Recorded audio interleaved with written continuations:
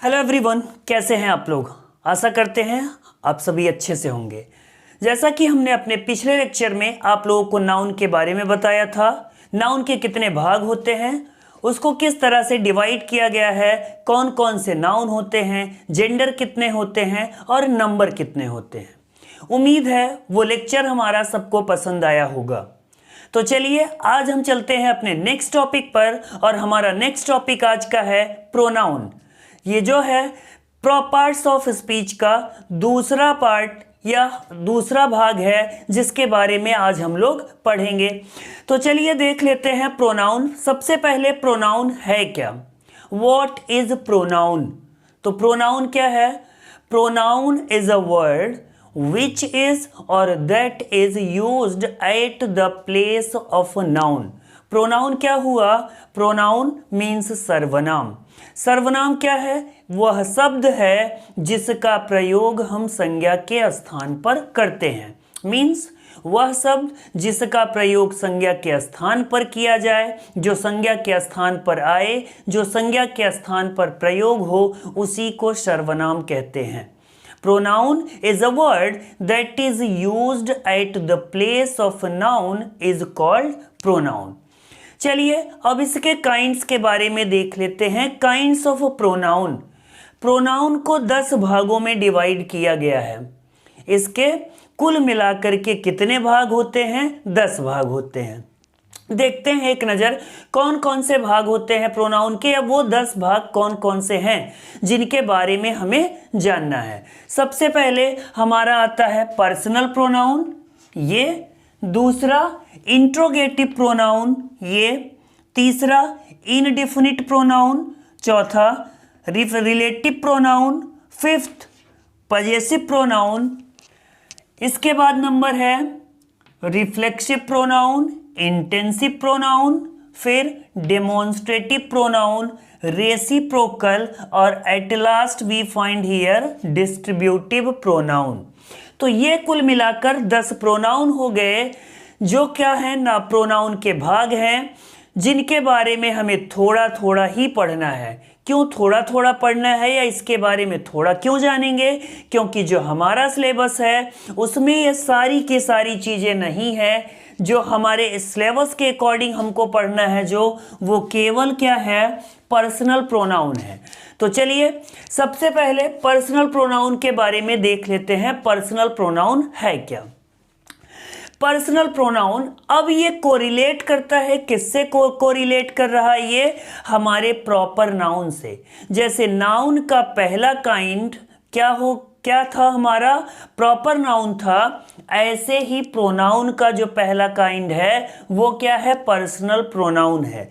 तो वो प्रोनाउन जिसका यूज हम प्रॉपर नाउन की जगह करें, या जिसका प्रयोग प्रॉपर नाउन की जगह किया जा सके, वही क्या है, हमारा पर्सनल प्रोनाउन है। दूसरा देख लेते हैं इंट्रोगेटिव प्रोनाउन। इंट्रोगेटिव प्रोनाउन क्या है।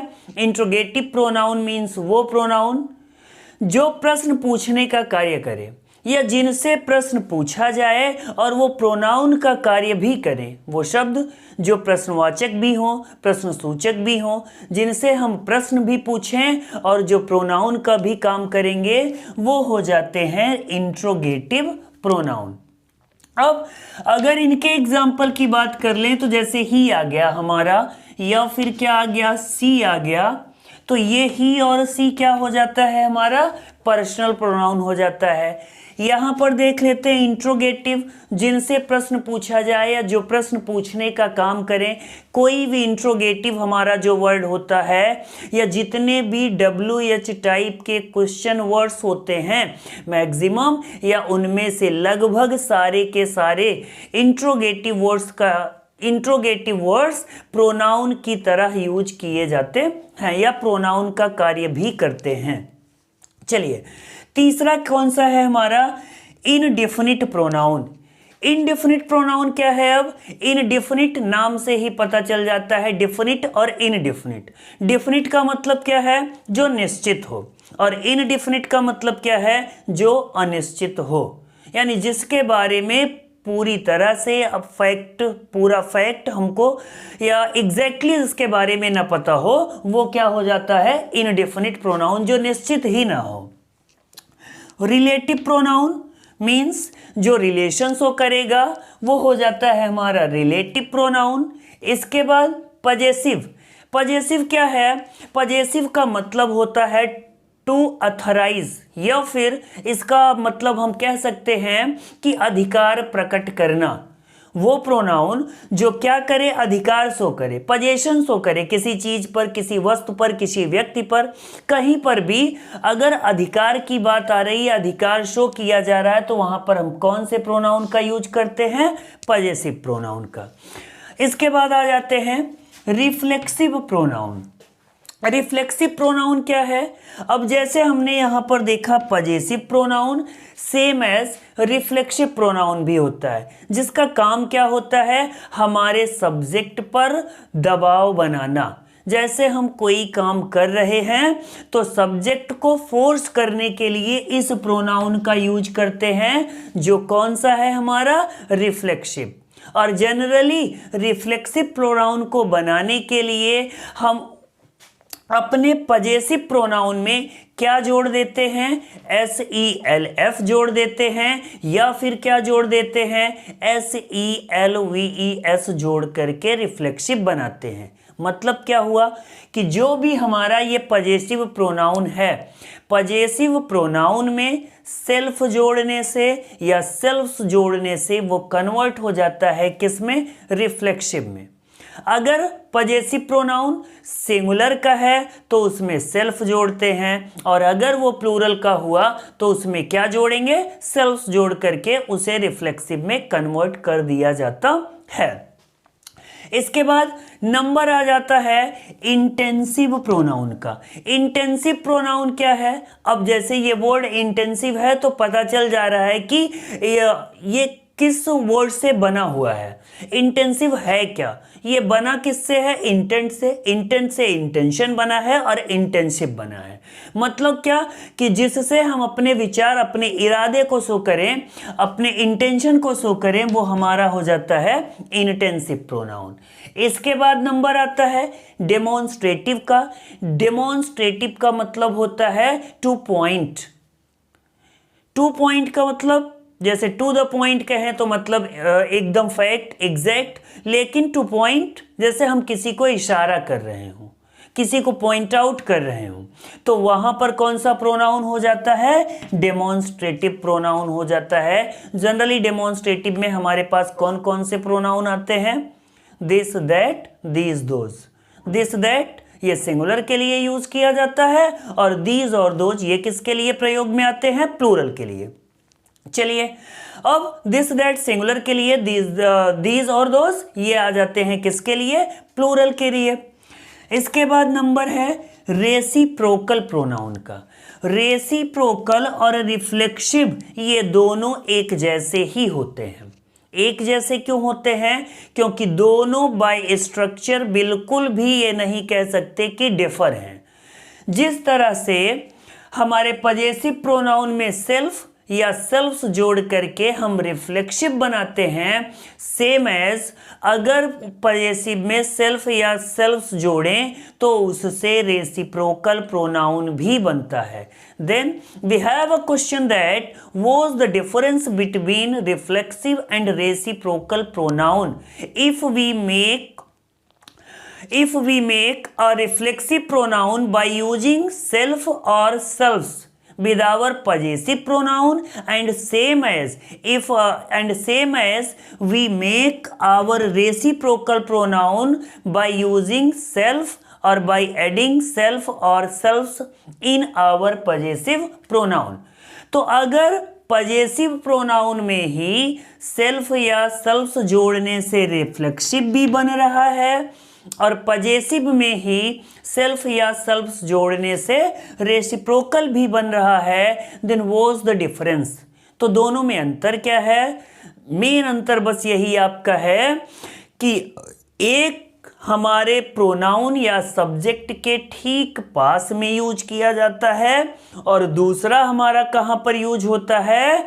दूसरा यूज होता है प्रेडिकेट पार्ट में, यानी दूसरे पार्ट में एक की अंग्रेजी स्वयं से हो जाती है और दूसरे की स्वयं को। एक यानी रिफ्लेक्सिव है तो वो कहाँ पर होगा, और रेसिप्रोकल है तो वो कहाँ पर होगा? एक बाद में और दूसरा पहले। एक का यूज हम करते हैं, किस लिए करते हैं? सब्जेक्ट पर दबाव बनाने के लिए करते हैं। चलिए, और जो लास्ट है यहाँ पर वो कौन सा प्रोनाउन है? हमारा डिस्ट्रीब्यूटिव प्रोनाउन। डिस्ट्रीब्यूटिव प्रोनाउन क्या है? अगर हिंदी में कहें तो इसको कहते हैं विभाग सूचक प्रोनाउन, यानी जो डिवीजन को शो करे, जो बांटे किसी चीज को, वही क्या है? हमारा डिस्ट्रीब्यूटिव प्रोनाउन है। तो ये हो गए हमारे सारे 10 प्रकार के प्रोनाउन, जिसमें एक बार हम फिर से देख लेते हैं। पहला हमारा कौन सा हो जाता है? पर्सनल प्रोनाउन, इंट्रोगेटिव प्रोनाउन, तीसरा इनडिफिनिट, इसके बाद रिलेटिव, फिर पजेसिव। इसके बाद नंबर किसका आ जाता है? Reflexive pronoun, intensive pronoun, demonstrative pronoun, reciprocal, और लास्ट में कौन सा हो गया हमारा? Distributive pronoun. These are the kinds of pronoun जो हमें या हमारे सिलेबस में थे, लेकिन मुख्य रूप से इनमें हमें पढ़ना कौन सा है? जिससे हमारे सिलेबस में क्वेश्चन पूछे जाएंगे, जो हमारे सिलेबस में मेनली दिया गया है। ये तो एक चैप्टर है जिसको हमने आपको बता दिया। चूंकि प्रोनाउन के बारे में पढ़ना है, देन एटलीस्ट हमको ये पता होना है या हमको ये जानना जरूरी है कि प्रोनाउन है क्या और उसके कितने भाग होते हैं। तो प्रोनाउन आपको बता दिया गया क्या है? Pronoun as a word that is used at the place of noun, और इसके बाद इसके कितने भाग होते हैं? Kinds of pronoun. तो इसके कितने भाग होते हैं? 10 भाग होते हैं। कौन कौन से होते हैं ये आपको बता दिया गया। चलिए अब हम चलते हैं इसके आगे अपने मेन टॉपिक पर्सनल प्रोनाउन के बारे में डिस्कस करने।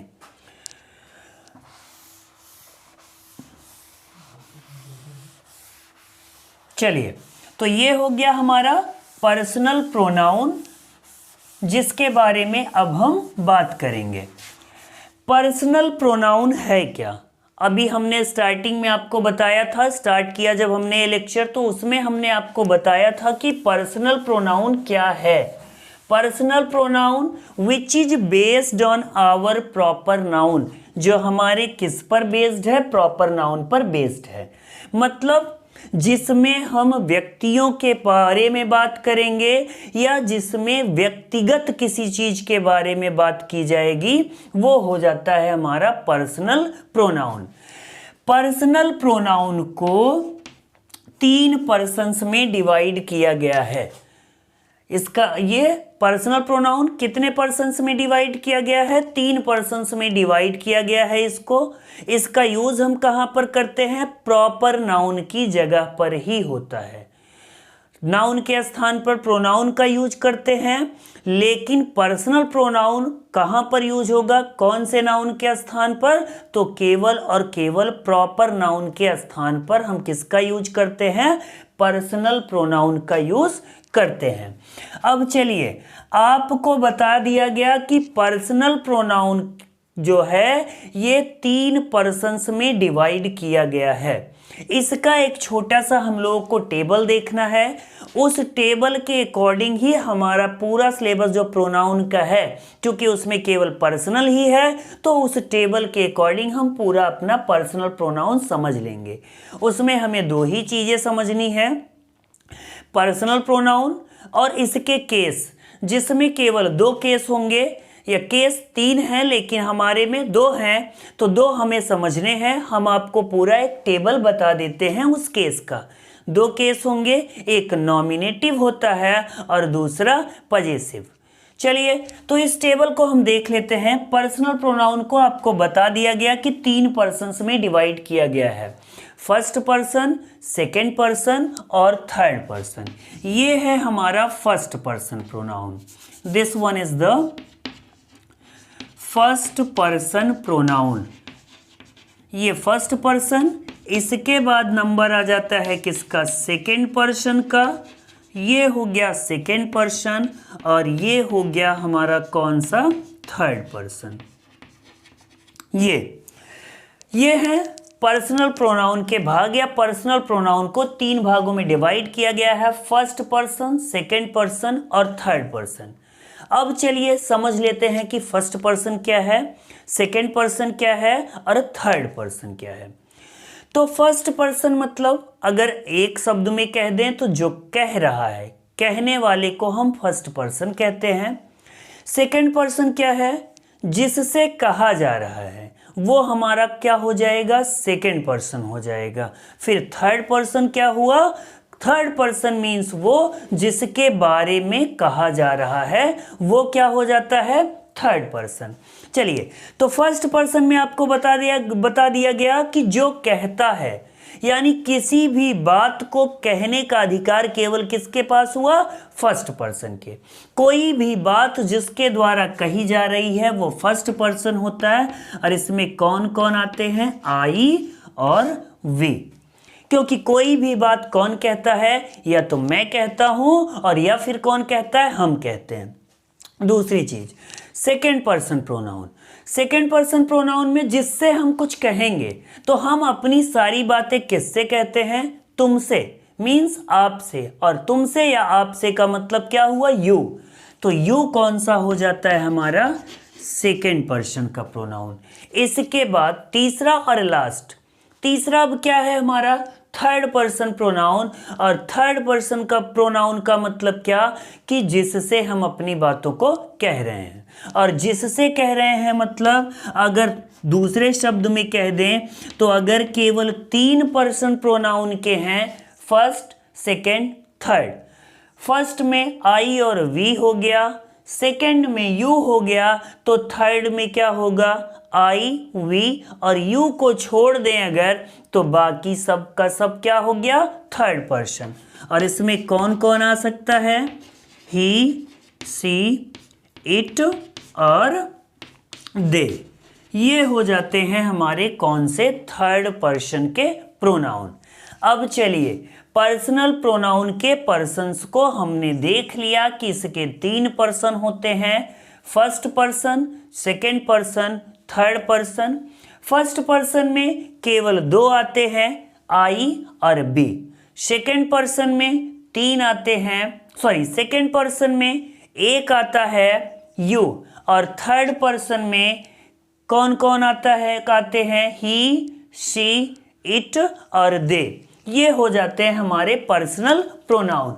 अब चलिए हम इसके केस को समझ लेते हैं कि इसके कितने केस होते हैं, मीन्स पर्सनल प्रोनाउन के कितने केस होते हैं। जैसे नॉमिनेटिव है, ऑब्जेक्टिव है, पजेसिव है, तो वही हमको देख लेना है और वही हमको पढ़ना है अकॉर्डिंग टू टेबल। चलिए देखते हैं, टेबल के अकॉर्डिंग आपको बता देते हैं कि पर्सनल प्रोनाउन के इन पर्सन्स को कितने केसेस में डिवाइड किया गया है, या इनके कितने केस होते हैं। अभी आपको बताया गया यहाँ पर कि एक कितने पर्सन होते हैं, 3, जिनमें सबसे पहला हमारा कौन सा है, फर्स्ट पर्सन।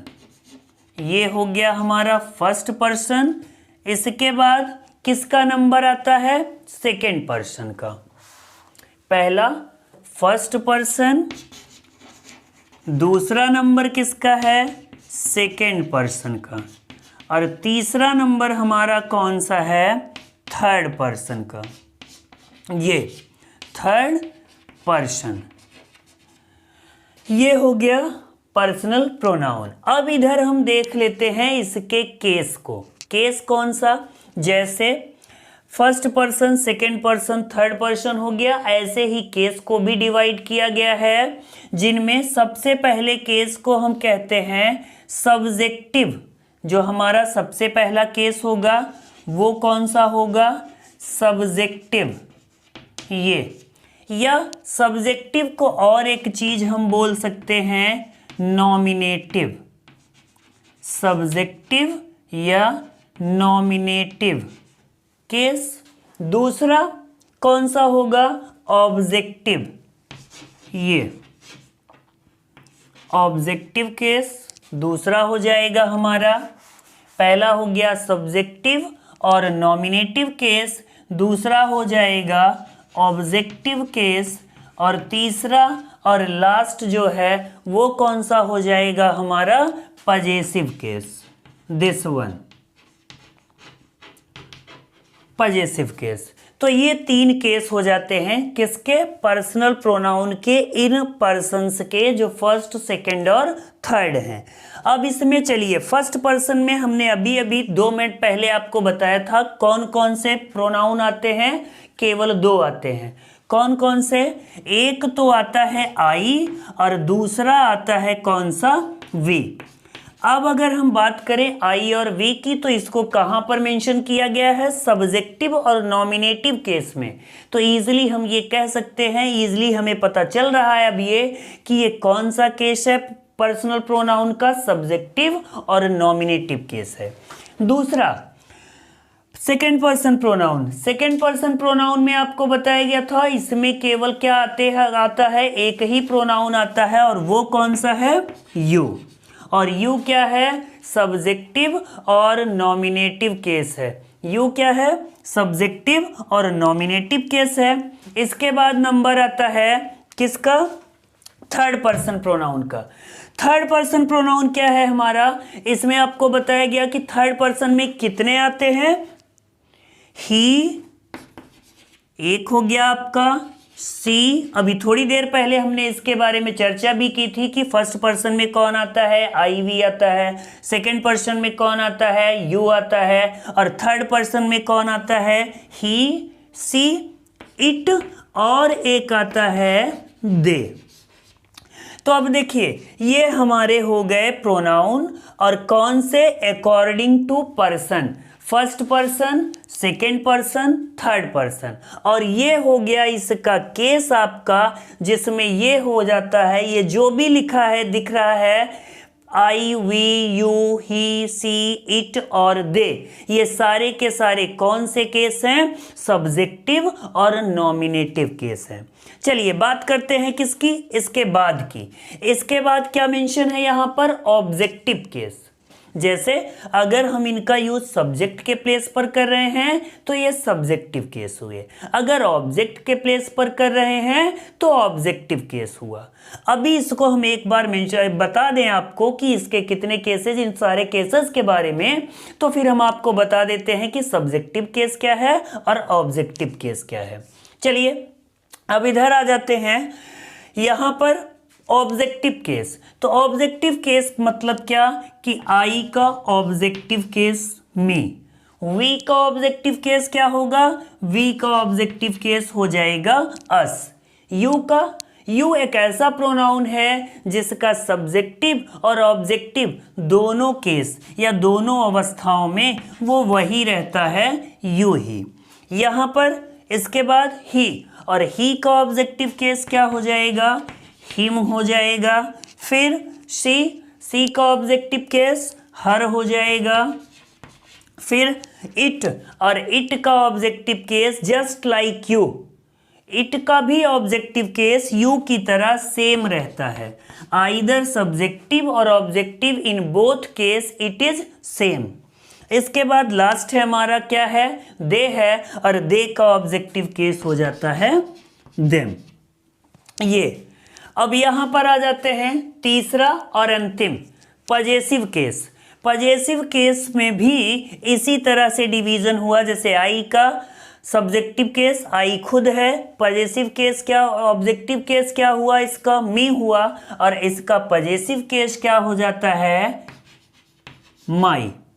फिर अब इस ऐसे ही वी का ऑब्जेक्टिव केस यू, और इसका पजेसिव केस क्या हो जाएगा, our. Same as you objective case भी, और पजेसिव केस क्या हो जाएगा इसका, योर हो जाएगा, दिस। ही का ऑब्जेक्टिव केस हिम, और जैसे ऑब्जेक्टिव केस हिम है वैसे ही इसका पजेसिव केस हो जाता है हिज।